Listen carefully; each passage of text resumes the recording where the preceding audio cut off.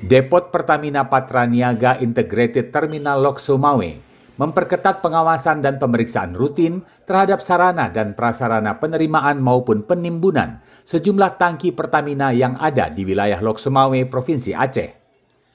Potensi bahaya yang rawan terjadi seperti insiden kebakaran, kebocoran, tumpahnya minyak saat penerimaan maupun penyaluran diantisipasi agar tidak menjadi bahaya, seperti kasus kebakaran depo Pertamina di kawasan Pelumpang, Jakarta.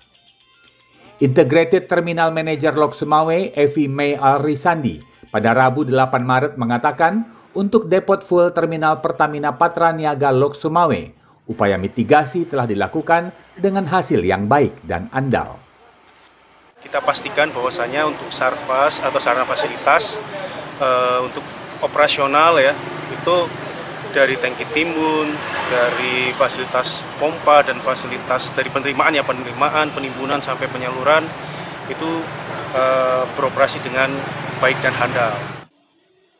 Sebagai upaya mitigasi, Evi Mel Al-Risandi mengatakan juga dilakukan edukasi dan sosialisasi kepada masyarakat di 2 desa yang berdampingan langsung dengan depot Pertamina.